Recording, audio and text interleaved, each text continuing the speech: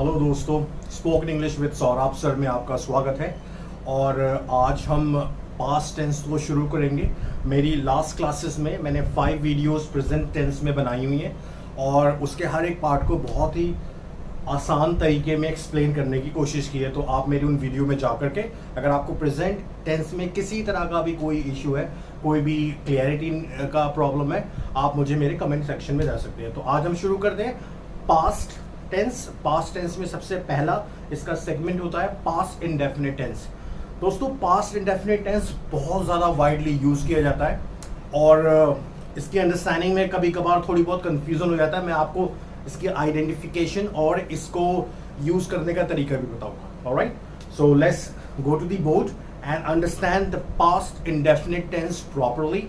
And past indefinite tense we normally use in abundance in our daily life. All right, let's do it, guys. Past indefinite tense, जिसको हम past simple tense भी कहते हैं, हमें अक्सर पढ़ाया जाता है कि जब हिंदी मीडियम की बात कर रहा हूँ, अक्सर नॉर्मल जो बुक्स हैं हमारे पास अवेलेबल होती हैं, उसमें अगर लास्ट में ता था, ती थे, ते थे आता है तो हम पास्ट इंडेफिनिट टेंस लिखते हैं। लेकिन वो सिर्फ और सिर्फ यूजफुल है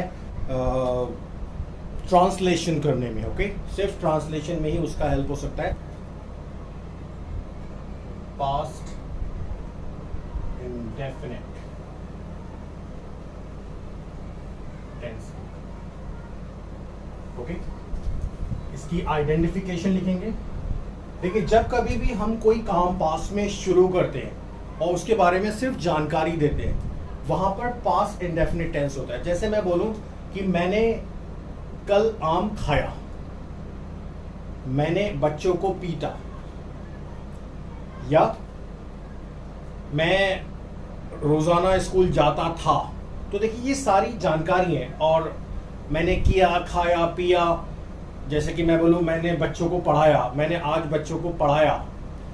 जहां पर काम शुरू तो होता है लेकिन उसके खत्म होने की कोई जानकारी नहीं होती है, वहां पर पास्ट इंडेफिनिट होता है। और ऑफ कोर्स वो पास्ट में होता है। जैसे कि और कुछ सेंटेंसेस में बोलें कि बच्चों ने पार्क में खेला। ओके, यहां पर हमने बताया बच्चों ने खेला, कब खेला, क्या खेला, पूरा खेला, अपना खेल खत्म किया या नहीं किया, कोई जानकारी नहीं है। तो वहां जहां पर सिर्फ वर्ब शुरू होने की जानकारी मिलती है, वहां पे पास्ट इंडेफिनिट टेंस होता है। ऑलराइट, बहुत सिंपल है। ओके, इसकी आइडेंटिफिकेशन मैंने आपको बता दी। रूल्स देख लीजिए इसके क्या होते हैं। बहुत आसान रूल है।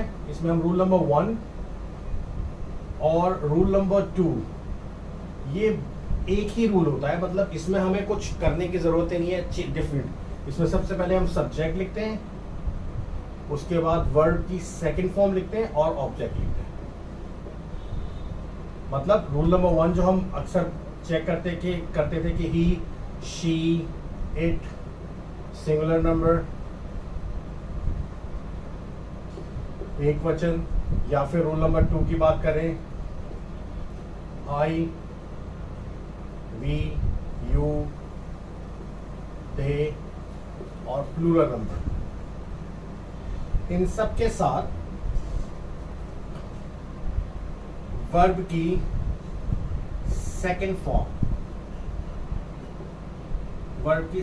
फॉर्म लगा करके सेंटेंस बनाते हैं। मैं इसका रूल एक बार लिख दूं। सबसे पहले सब्जेक्ट होगा, वर्ब की सेकंड फॉर्म होगी, ऑब्जेक्ट होगा। मतलब कोई भी डिफरेंस नहीं है। कोई भी सेंटेंस हो, आपको बस सब्जेक्ट लिखना है, वर्ब की सेकंड फॉर्म लगानी है और सेंटेंस बनाना है। जैसे कि मैं एक सेंटेंस लिखूं कि मैंने खाना खाया। आई, देखिए, ईट होता है खाने के लिए, सेकंड फॉर्म होती है एट द फूड। अब अगर ऐसे हो कि मोहन ने खाना खाया, तो मोहन एट द फूड। बच्चों ने खाना खाया, चिल्ड्रन एट द फूड, या खाना खाते थे। समझे? खाना खाया, पानी पिया, मैं खाना खाता था, पानी पीता था, मैं सुबह उठा। हर जगह सिर्फ आप वर्ब की सेकंड फॉर्म लगाएंगे और सेंटेंसेस बन जाएंगे। ओके, अक्सर हम बोलते हैं कि आप बताइए आपने अपनी दिनचर्या में क्या किया, आज क्या किया। तो अगर आप आज की दिनचर्या मुझे बताएं कि अगर मैं आपको बताऊं कि मैं सुबह 7 बजे उठा, आई वोक अप एट 7 AM। वोक देखिए वेक की सेकंड फॉर्म है, ऑलराइट। आफ्टर दैट उसके बाद आई हैड माई ब्रेकफास्ट या आई टुक माई ब्रेकफास्ट। तो सिर्फ हम सेकंड फॉर्म को यूज करके सेंटेंसेस को बनाते थे। बहुत आसान है, बहुत सिंपल है, ओके। इसको हम बोर्ड पे भी करेंगे जिससे कि हमें ठीक से समझ में आएगा। अब हम पास्ट इंडेफिनिट टेंस की इंटेरोगेटिव सेंटेंसेस को समझेंगे।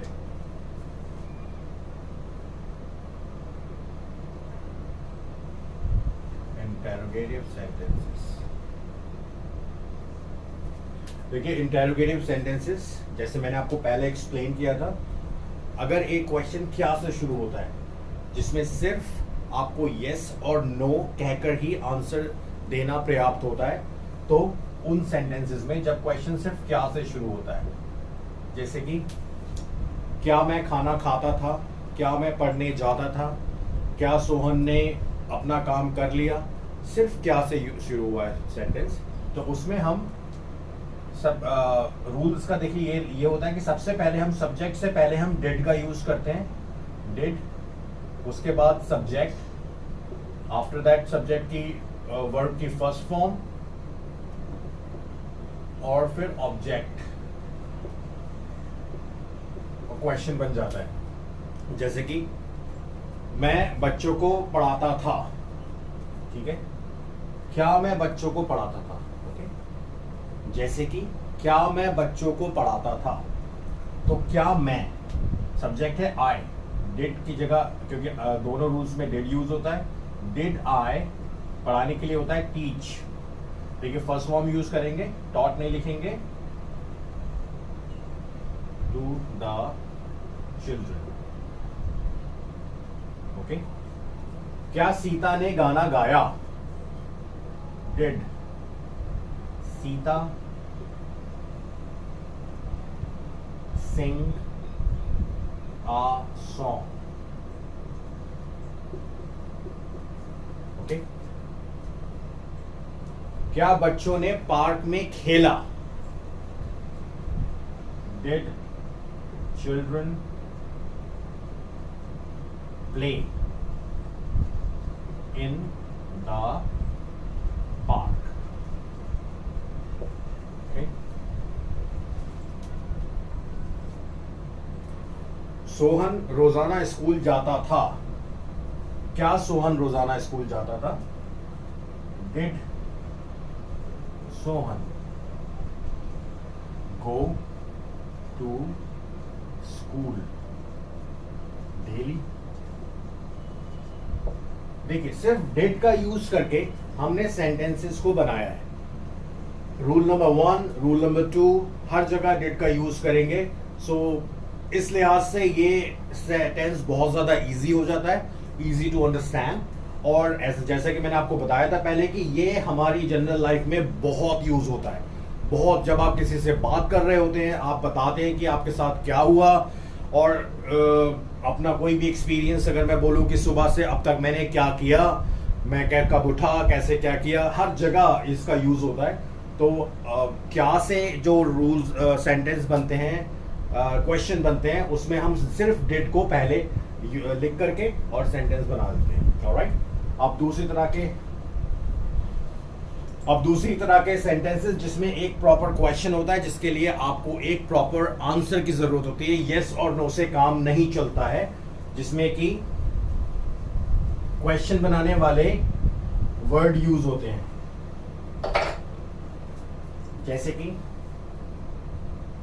What, why, where, when, how, etc. What means क्या, why means क्यों, where means कहाँ, when means कब, how means कैसे, ओके। तो अब हम कुछ सेंटेंसेस ऐसे बनाएं जिसमें कि हमें अगर कोई क्वेश्चन पूछेगा तो हमें उसके लिए पूरे आंसर की जरूरत होती है। जैसे कि एक क्वेश्चन है कि बच्चे कैसे मैदान में खेलते थे, बच्चे कैसे मैदान में खेलते थे, ऑलराइट। तो इसके लिए आप यस नो नहीं बोल सकते, इसके लिए आपको एक आंसर की जरूरत होती है। और कैसे, जब सेंटेंस के बीच में आया तो एक क्वेश्चन वर्ड है, तो सबसे पहले हम उस क्वेश्चन वर्ड को लिखेंगे,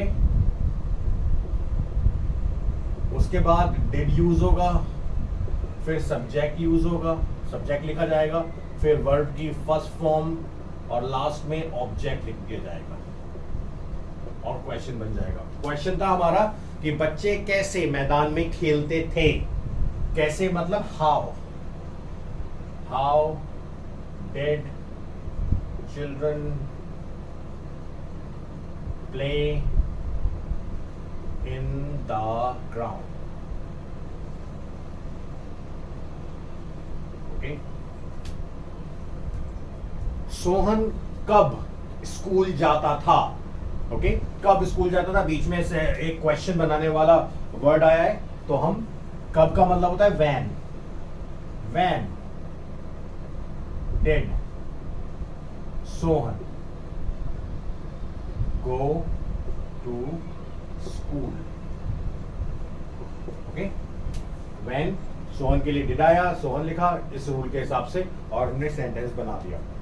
बहुत आसान है गाइस, अक्सर हम इसमें मिस्टेक करते हैं। देखिए, बहुत इजी रूल है, क्योंकि इसमें रूल नंबर 1 जब हम बात करें आई वी यू दे, ये रूल नंबर 2 है, और ही शी एंड सिंगुलर नंबर, हर जगह डिड का यूज करके ही सेंटेंस बनेगा।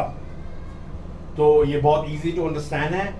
We require only practice. एक दो सेंटेंस और बनाते हैं कि सीता क्यों गाना गाती थी। ओके, सीता क्यों गाना गाती थी। वाई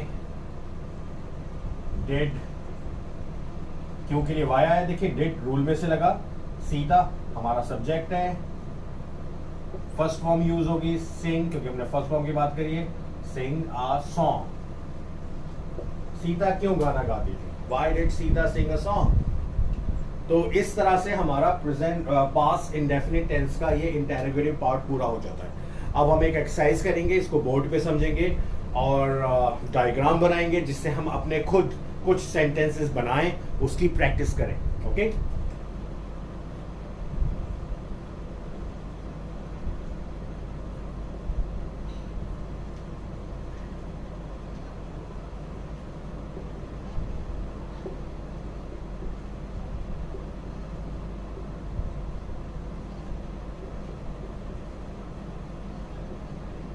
इन सबको देखिए, he she it and singular number, I we you दो एंड प्लूरल नंबर को मैंने सिर्फ एक ही बॉक्स में रखा है, क्योंकि इसमें हम सिर्फ और सिर्फ वर्ब की सेकंड फॉर्म लगाएंगे। सब्जेक्ट के बाद वर्ब की सेकंड फॉर्म लगाएंगे और ऑब्जेक्ट लिख देंगे अगर हमें पॉजिटिव सेंटेंस बनाना है। तो हम कुछ ऑब्जेक्ट लिख देते हैं, वही जाने माने ऑब्जेक्ट, वो तो चेंज होते नहीं है। अक्सर हम जैसे कि मैं लिखूँ दिल्ली, मैं लिखूँ forest,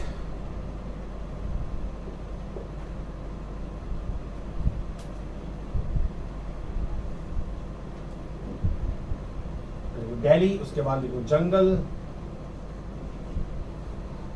river, market, school, cinema. Okay, ये सारे हमने ऑब्जेक्ट लिखे हुए हैं। अब अगर हम ही और दिल्ली में देखें तो यहाँ पर वो दिल्ली में रह भी सकता है और वो दिल्ली जा भी सकता है। तो अगर हम एक वर्ब यहाँ पे यूज करें गो, ओके, तो अगर हम यहाँ पे हम पास्ट इंडेफिनिट टेंस बना रहे हैं तो गो की सिर्फ और सिर्फ सेकंड फॉर्म लगेगी, he went to Delhi. Alright, अगर यहाँ पे लिव होता तो he lived in Delhi. Alright, she cinema, cinema को हम वॉच करते हैं।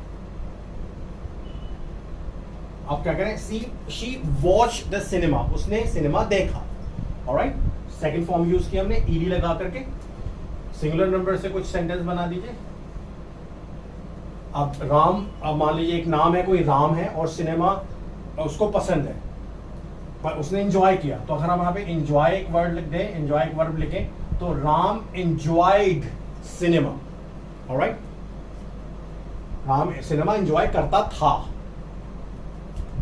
इसी तरह से प्लूरल नंबर, बच्चे, स्कूल, क्या करते हैं बच्चे? स्टडी करते हैं। तो चिल्ड्रन स्टडीड, अगर हम स्टडी लिख दें तो इसकी सेकंड फॉर्म हो जाएगी children studied in the school. You और मार्केट में, अगर आप मार्केट में क्या कुछ सब्जी खरीदते हैं, मान लीजिए हम सब्जी खरीदने के लिए गए, बाय, इसकी सेकंड फॉर्म लगी कि you bought vegetables from the market. आई और रिवर, सो रिवर में मैं मछली भी पकड़ सकता हूं और मैं स्विम भी कर सकता हूं। तो आई कॉट, कैच की सेकंड फॉर्म होती है कॉट फिशेस इन रिवर। जंगल, जंगल में हम मान लीजिए घूमने गए, या जंगल में हम शिकार करने गए, या जंगल में हम कुछ भी कर सकते हैं। सो वी, जंगल में हम मान लीजिए hunt, we hunt in the jungle. Alright, इस तरह से हम टेंसेस को पास्ट इंडेफिनिट टेंस को समझ सकते हैं। अब इसमें ही हम अगर इंडेफिनिट टेंस के इंटेरोगेटिव सेंटेंसेस बनाना चाहें तो सिर्फ डेट आगे आ जाएगा। जितने भी हमने सेंटेंसेस बनाए उसमें डेट आगे लगाएंगे और सेंटेंसेस बना लेंगे। जैसे कि पहला वाला सेंटेंस था ही वेंट टू दिल्ली। अगर हम इसको, ये तो पॉजिटिव सेंटेंस था, इसको अगर हम इंट्रोगेटिव बनाएं तो डेट पहले आ जाएगा रूल के हिसाब से। Did he go to Delhi. Okay, अगर इसको हम नेगेटिव सेंटेंस बनाएं तो he did not go to Delhi. इस तरह से हम नेगेटिव सेंटेंस बना देते हैं। ऑलराइट, सिर्फ डिड के बाद नॉट लगेगा और फर्स्ट फॉर्म लगा करके नेगेटिव सेंटेंसेस बन जाएंगे। तो गाइस देखिए कितना आसान है ये, इसको आप बहुत आसानी से समझ सकते हैं और इसको इसमें सेंटेंसेस बनाना यूज कर सकते हैं फर्स्ट डे से। बस आपको सेकंड फॉर्म की जानकारी होनी चाहिए। So that's all from my side today. Thank you so much, see you soon.